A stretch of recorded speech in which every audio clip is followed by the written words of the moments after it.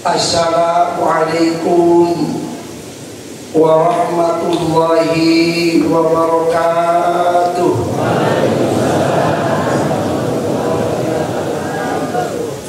Alhamdulillah, alhamdulillahilladzi faddalana ala katsirin min ibadihil mu'minin. Asyhadu an la ilaha illallah wahdahu la syarika lah wa asyhadu anna sayyidana Muhammadan abduhu wa rasuluhu la nabiyya ba'dah. Allahumma salli wa sallim wa karim ala sayyidina wa habibina wa syafi'ina wa qudwatina Muhammad sallallahu alaihi wasallam wa ala alihi wa ashabihi wa man tabi'a sunnatahu ila yaumil qiyamah. Fa ya ibadallah, usi nafsi wa iyyakum bi taqwallah faqad fazal muttaqun. Rabbi shrah li sadri wa yassir li amri wahlul 'uqdatam min lisani yafqahu qawli. Ilahi anta maqsudi wa ridha maqlubi, atini mahabbataka wa ma'rifataka wa atini ma'aka abada. Nawaitu tabarukan bi qiraati kitab Fadhailus Syuhur li Sidi Syekh Muhammad Abdul Ghaus Saifullah Mas'ul Al-Qadiri An-Naqsyabandi, nafa'ana Allahu bi'ulumihi bid'araini wa qaddasa sirrana bisirrihi. Al-Fatihah.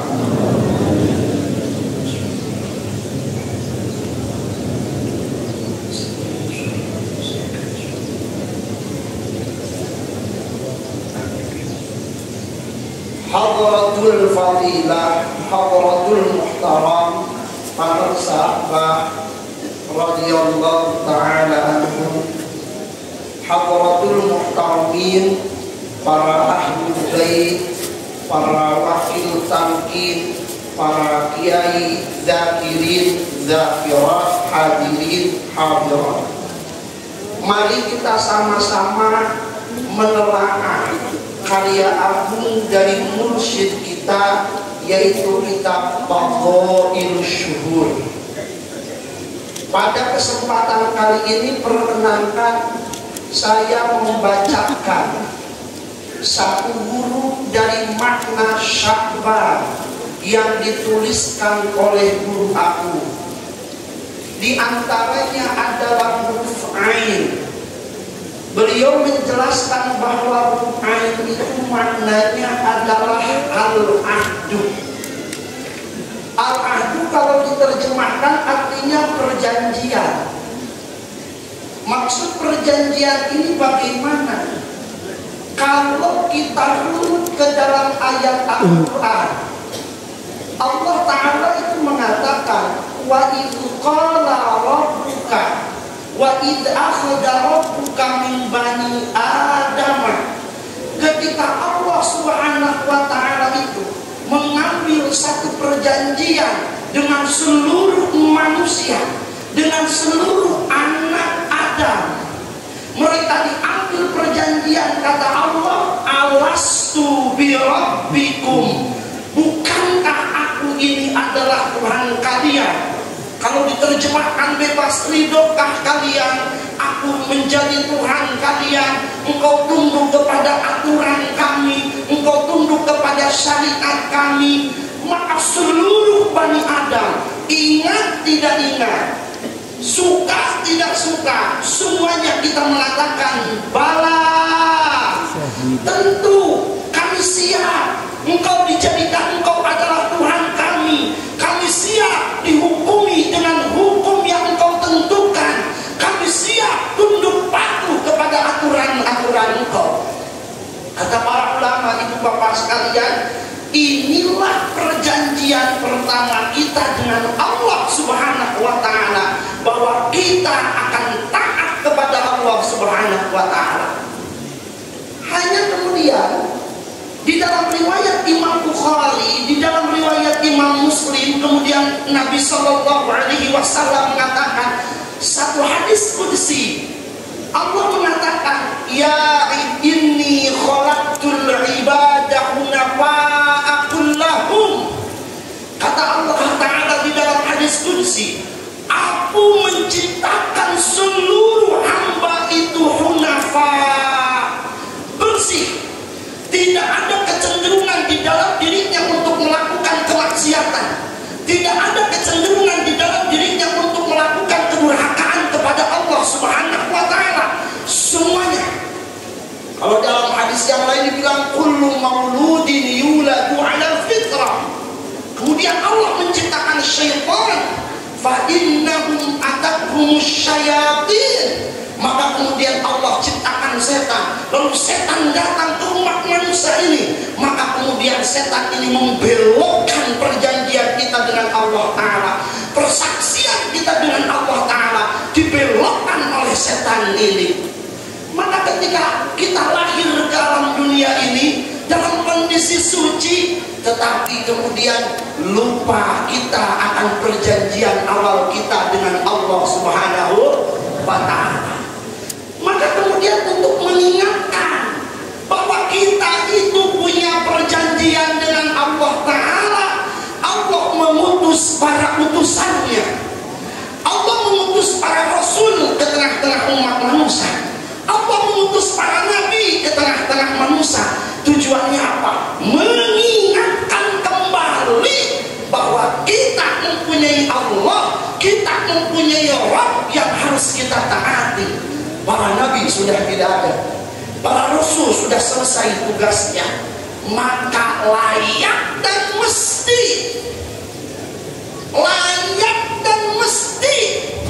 kita memperbaharui perjanjian sumpah setia kita kepada Allah Subhanahu wa Ta'ala. Kalau dulu sahabat-sahabat Nabi di dalam bai'atul ridwan, mereka sumpah setia kepada Nabi Sallallahu Alaihi Wasallam. Innama yubayi'unaka, innama yubayi'unallah. Wahai Muhammad, sesungguhnya para sahabat orang-orang yang berbaiat kepada engkau, bersumpah setia kepada engkau, hakikatnya mereka berbaiat kepada Allah Subhanahu wa Ta'ala. Rasul sudah tidak ada. Maka kemudian Allah Ta'ala mengirim warasatun nubuwah. Saya ulangi. Maka kemudian Allah mengirim warasatun nubuwah, yang kalau zamannya Nabi mesti kita sumpah setia di hadapan Nabi. Kalau zamannya sekarang tajdidun li mubai'atin Nabi, kita memperbaharui baiat kita, sumpah setia kita kepada Allah melalui Nabi. Maka pada zaman sekarang akhdul bai'ah, akhdul talqin dari seorang mursyid, barulah kita dikatakan sudah memperbaharui perjanjian kita dengan Allah Ta'ala. Maka ibu bapak sekalian, talqin ini bukan main-main, Pak. Contohnya kalau kita rujuk di dalam satu kitab Imam As-Suhrawardi, Syihabuddin As-Suhrawardi, di dalam kitab Awadhul Ma'arif, beliau mengatakan begini, Pak. Di dalam tasawuf, di dalam tarekat itu ada dua komponen yang sangat penting. Pertama, ada yang disebut dengan murid, yang kedua disebut mursyid. Bagaimana cara agar murid dan mursyid ini nyambung, dekat, melekat?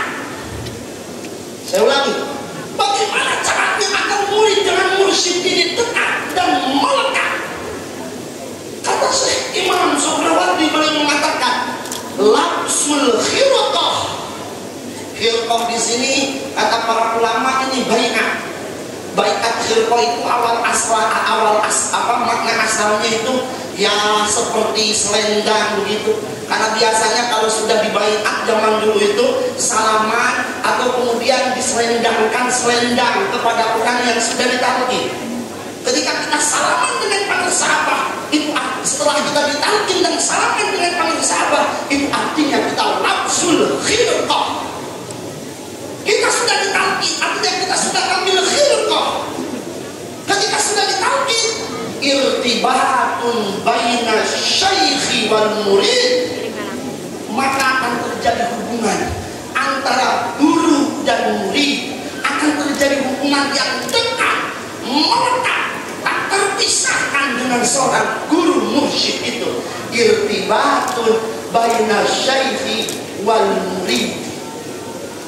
Jadi Bapak hadirin hadirat sekalian, talqin menjadikan kita dekat. Dan kata beliau, dengan talqin ini maka dukhuluhu fi hukmi syaikh dukhulun fi hukmillahi wa hukmi rasulillahi. Ketika kita talqin memasrahkan dohir batin kita kepada guru agung, alamat tafwid wa taslim, pasrah. Talqin itu pertanda kepasrahan kita, memasrahkan seluruhnya kepada guru agung. Maka hakikatnya ketika kita memasrahkan diri kita kepada guru agung, kita memasrahkan diri kepada Allah, kita memasrahkan diri kepada Rasulullah Sallallahu Alaihi Wasallam. Orang yang tidak ditalqin itu Pak, tidak punya irtibah. Halo, halo, ngantos ibu, api ngerti weh, itu setengah ngadek. Ya Allah, ya Rahman. Maka kata para sahabat, Bapak sekalian, setelah kita ada irtibatun baina syaikh wal murid, maka para sahabat di dalam Fadhailus Syuhur mengutip satu ayat Al-Quran. Kata Allah Ta'ala yang dikutip oleh para sahabat guru agung dalam kitab Fadhailus Syuhur, Allah mengatakan, la yamlikuna syafa'ata illa man ittakhadha 'inda rahmani ahda. Halo, ibu, Allah Ta'ala ngadau di Al-Quran, la yamlikuna syafa'ata illa man ittakhadha 'inda rahmani ahda. Kita lihat ayat ini. Bagaimana tanggapan para ulama ketika membahas ayat ini? Ini ayat terkait dengan syafaat. Terkait dengan apa? Pertolongan, Pak. Nasib kita itu tergantung siapa yang memberikan syafaatnya. Bahagia tidak bahagianya kita di dunia dan di akhirat, siapa yang akan memberikan syafaat kita? Maka ayat ini Ibu Bapak, salah satunya kata Imam Ar-Razi ketika menafsirkan ayat ini, ada dua kemungkinan makna kata beliau. Di antara kemungkinan makna yang pertama, beliau menerjemahkan, menafsirkan kalimat al-ahdu itu dengan al-idhnu. Berarti kalau begitu ayat ini berbicara tentang orang yang berhak memberikan syafaat. Kata Allah Ta'ala, tidak ada yang berhak memberikan syafaat kecuali orang yang diizinkan oleh Allah Ta'ala. Tidak sembarangan orang, Pak, yang akan menyelamatkan kita nanti di akhirat. Tidak sembarangan orang. Lalu kata Imam Tabari Syarawi, siapa orangnya yang berhak memberikan syafaat nanti di luar baginda Nabi Sallallahu Alaihi Wasallam yang memiliki syafaatul uzma? Siapa lagi? Beliau panjang di dalam kitab Khawatirus Sya'rawiyah yang menjelaskan. Di antaranya kesimpulannya kata beliau, yang amalnya di atas rata-rata amal orang-orang saleh, yang amalnya di atas rata-rata orang takwa, yang amalnya, qalbunya, kualitasnya itu di atas rata-rata orang bertakwa. Dalam pandangan kita, yang memberikan syafaat kita adalah guru aku. Dalam pandangan kita, yang memberikan syafaat kita nanti di akhirat, guru aku. Kita menyaksikan semuanya. Kalau dulu itu ada seorang sahabat itu Bapak, itu bertanya kepada Rasul, ya Rasulullah, siapakah yang berhak untuk dijadikan kawan oleh saya? Kawan perjalanan, yang dijadikan kawan akrab, kawan karib saya itu siapa? Yang pantas dijadikan orang yang sangat dekat dengan saya itu siapa? Nabi mengatakan satu kriterianya, man dzakarakum billahi ru'yatuh, orang yang kalau kita menatap wajahnya membuat kita selalu ingin ingat kepada Allah. Kalau kita menatap wajahnya membuat kita selalu mengingat Allah. Kedua, wazadakum bi ilmikum mantiquh, kalau ngomong, kalau beliau bicara itu nambah ilmu yang di atas rata-rata ilmu yang jarang dibicarakan oleh orang lain, pemahaman yang jarang dipahami oleh orang lain. Wazadakum bi ilmikum mantiquh. Yang ketiga itu Bapak, wadzakarakum bil akhirati amaluhu, yang kalau kita menyaksikan amalnya membuat kita suka untuk ingat kepada akhirat, membuat kita semangat untuk mengejar kebahagiaan akhirat, yang membuat kita suka terus beribadah kepada Allah. Kalau kita menyaksikan amalnya membuat kita termotivasi terus ingin dekat dengan Allah. Yang tiga kriteria ini bagi kita ibu bapak, para ikhwan akhwat, itu tajassus di guru agung kita semua.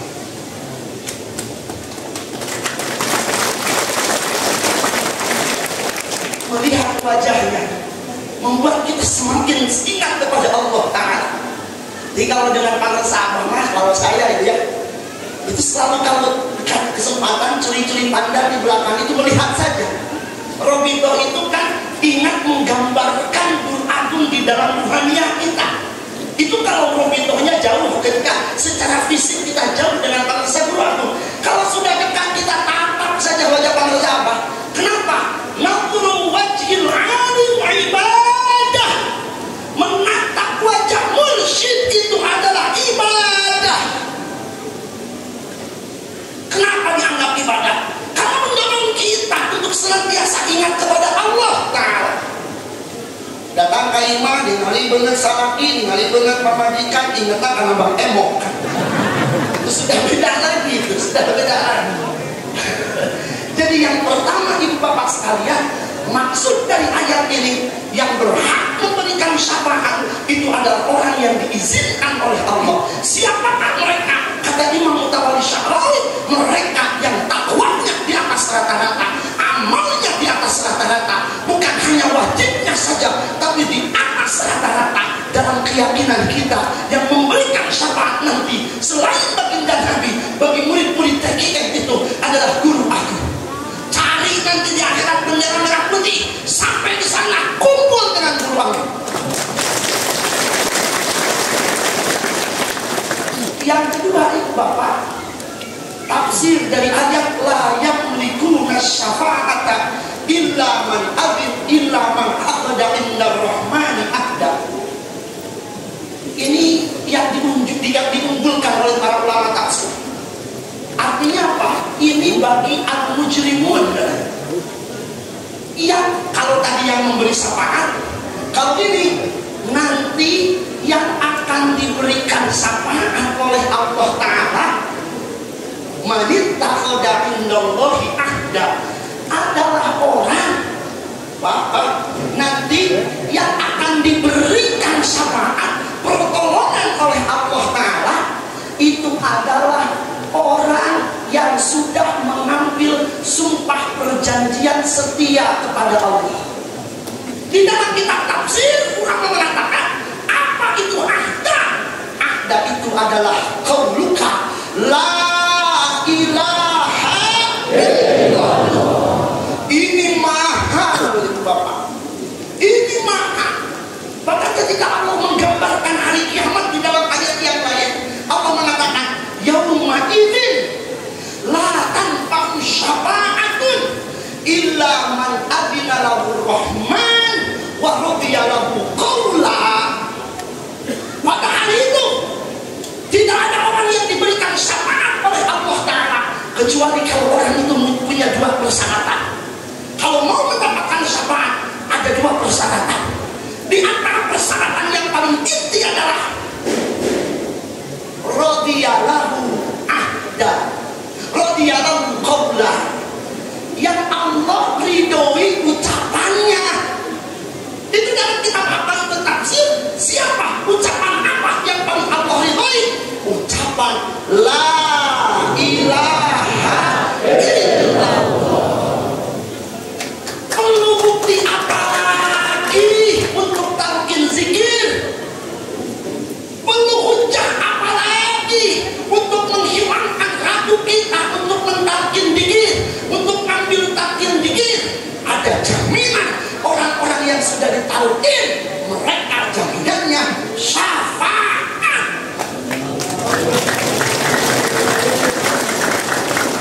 Siapa, Pak?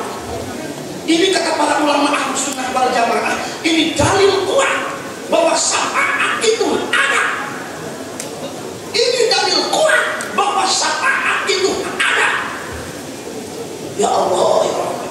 Ada bahkan dalam kitab Sirajul Talibin ketika membahas tentang bab syafaat, Syekh Ihsan Jambes itu mengutip beberapa hadis. Di antara hadisnya, nanti ada orang masuk surga, Pak.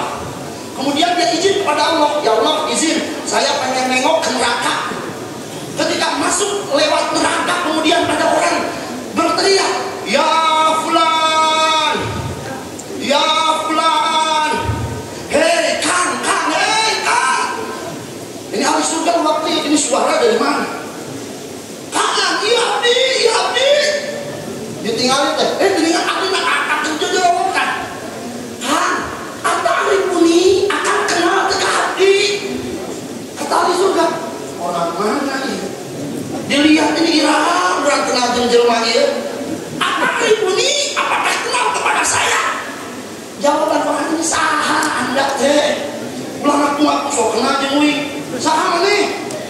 Apa kata ahli neraka ini? Saya kan dulu waktu akan kehausan,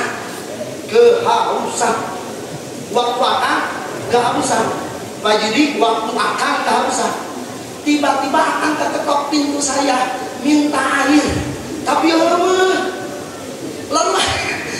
tengah tiba. Lalu tiba-tiba akan itu datang ke saya untuk pintu saja minta air. Lalu saya kasih air datang. Itulah saya kan akan kehausan waktu ceramah, gara-gara saya dapat air akan jadi lancar.